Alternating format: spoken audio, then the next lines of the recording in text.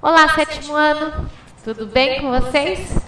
Então, hoje na nossa aula pela manhã, a gente falou de algumas transformações ocorridas no período da Idade Média, que é o período que nós estamos estudando. Nós já falamos sobre o período da Alta Idade Média e agora a gente está falando do período onde houve uma paz, né? E aí, logo depois, a Idade Média começa a declinar, certo?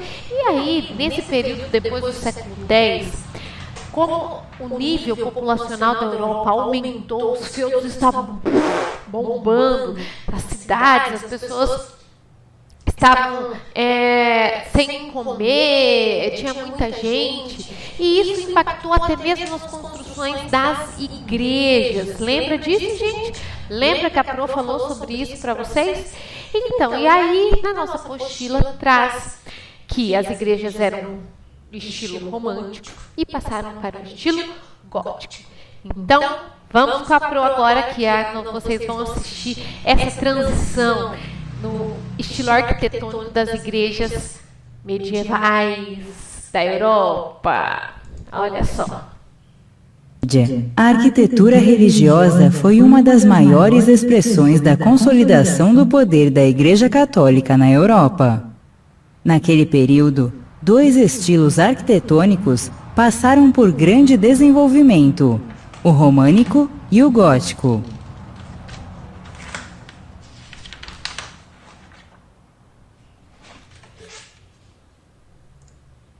A arquitetura românica, originária da Itália, predominou na Europa do século XI ao século XIII. Sólidas e grandiosas, ostentando formas predominantemente horizontais, as construções elevam-se ao céu com esforço. Grossas paredes sustentam abóbadas maciças e o peso da nave central. Para não fragilizar a estrutura, existem poucas e pequenas janelas, o que deixa o interior dos santuários bastante sombrio. Os principais elementos arquitetônicos herdados dos romanos foram o arco de volta perfeita, chamado de arco de berço, e a abóbada de aresta, resultado da intersecção de dois arcos de berço. Esse avanço da engenharia possibilitou uma melhor distribuição do peso estrutural do edifício. Nos mosteiros, a obscuridade do interior é quebrada pelo claustro. Seus 4 corredores formam uma galeria retangular que cerca um jardim a céu aberto. Na segunda metade do século XII, com o crescimento e o fortalecimento das cidades, surgiu um novo estilo, o gótico. Originário da França, ele se difundiu rapidamente pela Europa. Nele, a horizontalidade românica é substituída pela verticalidade. Altas colunas ornadas com nervuras atraem nossos olhos para cima. Nesse estilo arquitetônico, predominam os arcos de volta quebrada, também chamados de arcos ogivais. As abóbadas, maiores e mais elevadas, em vez de se apoiarem em muros e paredes, como no estilo românico, são sustentadas por pilastras e feixes de colunas. As paredes passaram a ser mais finas e em seus vãos apareceram os vitrais coloridos. O interior das construções se tornou mais iluminado, arejado e receptivo. Além de clarear os espaços, deixá-los mais imponentes e destacar sua espiritualidade, os vitrais têm função didática. Neles, representações de histórias bíblicas ou de santos proporcionam um espetáculo visual que acompanha a meditação dos fiéis. Na rosácea, todas as partes são geometricamente interligadas, formando um conjunto harmonioso que nos leva ao centro. No exterior, os botaréus e os arcobotantes equilibram o peso das edificações e lhes dão leveza. As altas torres e os pináculos completam a beleza da complexa estrutura, que com sua imponência procura lembrar a grandiosidade de Deus diante dos homens.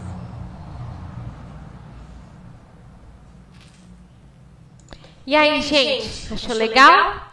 Deu para exemplificar certinho aqui, né, essa questão do românico e do gótico, estilos aí que marcaram essa passagem da Idade Média, né, do final do século XII, né, começo do século XIII, onde várias transformações da vida social da Europa impactaram de diversas formas, até mesmo as construções, até mesmo os estilos arquitetônicos, os estilos das igrejas foram mudados por causa dessas transformações que começaram a ocorrer no cenário, né, da vida medieval. Bom, como nós estamos falando, a fé sempre esteve presente na história da humanidade.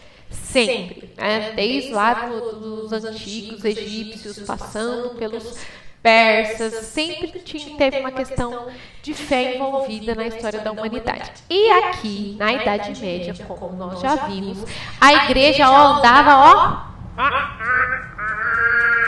juntérrima, né? Estava ali determinando várias situações, né? Criando crise, tentando resolver o problema de um, arrumando do outro e assim por diante. Então agora a gente vai falar, olha só, né, dessa questão da igreja nesse período depois do século X, tá? Então esse fervor religioso, nós acabamos de falar da trégua de Deus, né? Quem determinou? Foi o rei que determinou? Não, foi a igreja. Então a igreja tinha ali, uma batuta para ficar ditando normas e padrões, certo? Então, olha só, gente, o cristianismo, ensinado por Cristo, lá no Novo Testamento, que a gente sabe, Mateus, Marcos, Lucas, João, né? Então, era uma religião pacífica, não pregava guerra, de jeito nenhum, né? Cristo não quis vir causar, ele veio pacificar, né? Deixa a minha paz vos dou. Então, esses primeiros cristãos aqui foram muito perseguidos pelos romanos, né? Depois da morte de Cristo, os romanos que ainda não tinham aceitado essa história do cristianismo como religião oficial, então demorou um grande tempo, né? Eles perseguiram esses cristãos por muitos anos, por vários séculos. Mas na medida, então, que, né, depois lá daquela questão que o cristianismo foi aceito como religião oficial, né, do Império Romano, e eles, então, começaram, né, a aceitar essa religiosidade. E olha só a influência contatos com os bárbaros. À medida em que tornaram cristãos, os bárbaros introduziram seus costumes guerreiros ao cristianismo. Lembra dos bárbaros, aqueles que não eram romanos, né? Então, como agora a religião oficial era o cristianismo, eles se converteram. A gente lembra lá do batismo de Clovis, no Reino Franco, que mais de 3.000 guerreiros foram batizados. Tudo bem, eu me converto ao cristianismo, só que eu sou do sangue no olho, faca no dente, certo? Então eles trouxeram esses costumes para o cristianismo. Então achava-se que a fé podia até mesmo, né, deveria ser imposta. Não pela missão, mas pela força. Então aqui é uma pitada de humanidade, de homem na questão religiosa. Vejam só, né? Então, na Europa feudal, então, essa mentalidade fortemente religiosa, né, cresceu. E aonde era o lugar mais santo para o cristianismo? Aonde Jesus nasceu, onde que Jesus viveu, onde Jesus foi crucificado. Então, Jesus nasceu em Belém, mas uma das cidades mais emblemáticas pelo fato, né, da morte de Cristo, das passagens por Jerusalém, né, a questão da Páscoa, a questão do jumentinho, Jesus entrando pelos portais de Jerusalém. Jerusalém ficou muito, muito, muito famosa. E eu levava essa questão de religiosidade. Então, eu tenho que ir até a Jerusalém, né? A cidade santa, certo? Então, o povo fazia muitas peregrinações. Lembra que a Pro falou para vocês do caminho de São Tiago de Compostela, que hoje eles fazem as peregrinações andando para um lado para o outro, indo até lá? É a mesma coisa aqui de Jerusalém. Antigamente, as pessoas faziam essas peregrinações e para ir para Jerusalém. E aonde fica Jerusalém, gente? Lá na Palestina, ó. Na Palestina era considerado um solo sagrado, a Terra Santa, né? Então todo mundo queria ir para lá de tudo quanto é jeito, né? Então, olha o que significa peregrinação, que a Pro tá falando, né? Pelos campos, eu vou andando, né? E no sentido religioso de peregrinação, é você ir para esses locais considerados sagrados, né? Ou de devoção. Então, aqui na nossa região mesmo, por exemplo, ocorre a peregrinação para Santo Expedito. Esse ano, né, gente? Esse ano não teve nada, porque Santo Expedito é dia 19 de abril, bem no meio da quarentena. Não teve festa, não teve peregrinação. Depois, né, aqui no estado de São Paulo, no Brasil, o pessoal faz peregrinação para o santuário de Nossa Senhora Aparecida, né? Então vamos ver até outubro como que vai estar essa situação aí, né? Vamos esperar para saber sobre isso. Então ele vai sozinho ou em grupo, né? Andando, cantando, muitas vezes pagando alguma promessa, fazendo algum sacrifício, caminhando sem comer, só bebendo água, fazendo um percurso de joelhos, e assim vai, né? Então é um deslocamento por motivo religioso. Você agradece, você busca uma dádiva, né? Então é comum falar de peregrinação na questão religiosa, principalmente na questão religiosa católica, muçulmana. Então tem muitas religiões que usam essa questão da peregrinação como um dos fatores religiosos. Então as pessoas iam até Jerusalém para conhecer a cidade. Só que Jerusalém é uma cidade importantíssima tanto para cristãos quanto para judeus e para muçulmanos. Ela é importante para as 3 religiões. E aí o negócio não fica legal, gente. Por quê? Porque, primeiro, que Jerusalém está lá no meio dos árabes. Então, para você ir até lá, né, você tem que passar por meio dos árabes. Certo? E os cristãos estavam indo até lá. Então, aqui ó, a gente vê o Muro das Lamentações. Então, onde os muçulmanos, os judeus oram, né? Então, aqui nessas frestas aqui, ó, dessa parede aqui, eles colocam pedidos. Então, é algo importante, porque o que é esse Muro das Lamentações? Seria ainda um pedaço do Templo de Salomão, que Salomão teria construído. Se você é cristão, se você já leu a Bíblia, ou vai na catequese, Salomão foi filho de Davi, né, o rei Davi. Salomão, o homem mais sábio do mundo. Então ele construiu um templo lindo, luxuoso, né? E aqui foram as paredes que sobraram desse templo. Jerusalém foi saqueada, foi destruída várias vezes, esse templo foi reconstruído, tá? Então seria aqui uma parte do templo de Salomão, né? Então aqui é muito importante para os judeus, e eles vão lá fazer as orações, né, na frente desse muro. E aqui a gente tem uma mesquita, também lá em Jerusalém, né? Essa mesquita dourada aqui, ó, bem no centro da cidade, que Maomé subiu ao céu, no local considerado sagrado. Eles construíram, então, o Domo Sagrado, um santuário, né, lá para os muçulmanos, lá em Jerusalém. Então, também é importante para eles. E aí, gente, como que resolve essa questão?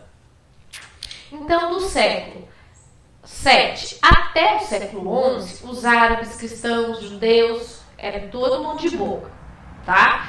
Pode vir, vai e volta, vai e volta, vai e volta, vai e volta. Todo mundo estava de bem, facilitava as peregrinações, quer dizer, não causava nenhum problema, porque é longe pra caramba, né? Mas, depois do século XI, começou a ter algumas dificuldades para chegar até Jerusalém. Os árabes não estavam deixando as pessoas passarem, os peregrinos eram saqueados, né?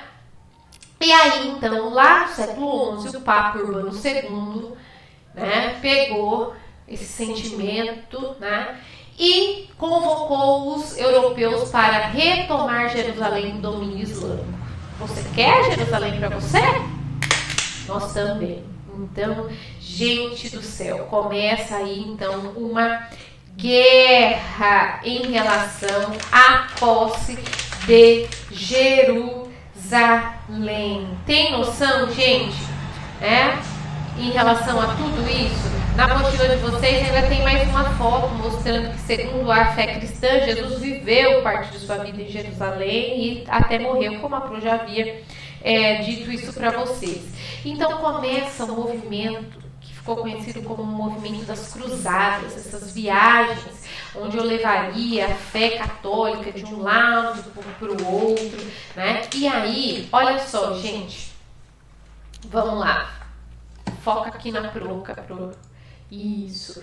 Então tá lá, ó, rumo à Terra Santa e ao comércio, lá na página 156 da apostila de vocês, né? Então ele convocou todo mundo, ó, não vem todo mundo pra cá, né? Então vocês vão aqui, né?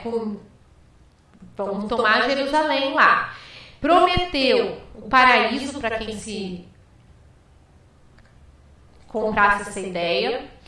Concedeu indulgência, perdão do pecado para todo mundo que estivesse envolvido nessa questão, né? E aqueles que tivessem dívidas a pagar ficariam autorizados a fazê-los apenas quando voltasse desse movimento, que ficou conhecido como o movimento de cruzadas à Terra Santa, né? De tomar a região para o cristianismo católico. Então pensa, muita gente foi nessa jogada, se envolveu nessa questão aí, ó. E depois, gente, que o Papa fez esse apelo, vejam só comigo, homens, mulheres, crianças, todo mundo se envolveu aí, né, pela liderança aí de Pedro, o eremita, né, que seria um monge aí. Então eles foram para Jerusalém marchando, falando, não, vamos, que lá a gente vai vencer. Chegaram lá, gente, foram massacrados. Os turcos que estavam naquela região, né, mataram as pessoas porque as pessoas estavam desprovidas, gente. Você acha que mulher, criança, mesmo que seja homem, mas que não esteja preparado para uma guerra, não adianta você ir. Você só vai, né? O seu fim é trágico em relação a tudo isso, né? E nessa questão, por outro lado, os comerciantes das cidades italianas viram que nesse momento que o povo estava indo para Jerusalém, então você vai para Jerusalém, tá, traz uma muambinha lá para mim. Começou a trazer, gente, coisa do Oriente para vender na Europa. Quais cidades italianas? Gênova, Veneza, Pisa, esse povo lá, gente. E eles acabaram aproveitando esse momento. Vejam só aí, ó. Os comerciantes das cidades italianas viram nessas expedições a oportunidade de expulsar os árabes lá do mar Mediterrâneo. Porque os árabes, lembra que lá do Jihad, então eles chegaram e invadiram a Península Ibérica. Então estava tudo ali. Eles viajavam pelo mar Mediterrâneo, para lá, para cá, para lá e para cá. E aí, agora, com esse movimento de tomar Jerusalém, vamos expulsar os árabes, então começa uma guerra contra os árabes, que também lá na Península Ibérica ficou conhecida como a Guerra da Reconquista. Volta lá para as Arábias, lá para a Península Arábia, sai da minha península aqui. E aí eles viram que se isso ocorresse, eles iriam se beneficiar. porque ia ficar livre, eles iam poder voltar, né, pelas rotas, pelas estradas, porque estava tudo muito perigoso, porque os árabes estavam lá, eles ficavam morrendo de medo de ser, passada a faca no pescoço, certo? Então, os nobres pensavam em ocupar novas terras, saquear riquezas, dar ocupação a muitos dos seus herdeiros. Então, não foi difícil dar início, então, ao que ficou conhecido como a Guerra Santa contra os muçulmanos. Logo se iniciaria as expedições para o Oriente, que ficaram conhecidas como as Cruzadas. Então, esses movimentos das Cruzadas, no início, tinham esse caráter de Guerra Santa, da guerra de expulsar os muçulmanos da Europa, que eles ficassem lá no seu cantinho e não viessem para cá. Só que, como a Pro acabou de falar, você vai viajar? Vai. Você vai. Então, aproveita e traz um pouquinho de muamba para mim. Uma seda, um ouro, pedras preciosas, um temperinho. E começaram a trazer para a Europa. E chegava na Europa, era novidade, né? E começou a vender, né? Então, vejam só, com o termo usado, porque o combate trazia em suas roupas. Por que ficou conhecido como cruzadas, né? Era o que esse cruzadas? A cruzada era porque eles iam com o símbolo da cruz. A cruz está me abençoando, Deus está me abençoando. Então essa cruz, além dos estandartes, nas bandeiras, né, também tinha a cruz nos escudos, nas roupas, né? Então em nome de Deus, então eles iam, né, com a bênção de Deus, em nome de Deus, eles iam realizar esses movimentos aí. Foram organizadas 8 viagens dessas, 8 cruzadas. Né? Então, desde o ano de 1096 até 1270, tá? Além de expedições organizadas pela igreja, houve expedições não eclesiásticas, como as cruzadas das crianças ou as cruzadas dos inocentes, certo? Então, esse movimento tomou conta da Europa nesse período aqui. Então, o período dos cavaleiros medievais. Então, Ricardo Coração de Leão na Inglaterra. Então, esse povo que viajou tomando aí, né, com a intenção de levar a fé, expulsar os muçulmanos e, é claro, né, gente, garantir aí também o seu sustento. Tá bom? Então, ó, leiam aqui a Cruzada das Crianças, para que vocês saibam que movimento foi esse. E terça-feira que vem vocês me falam qual movimento foi. Tchau, gente. Até mais.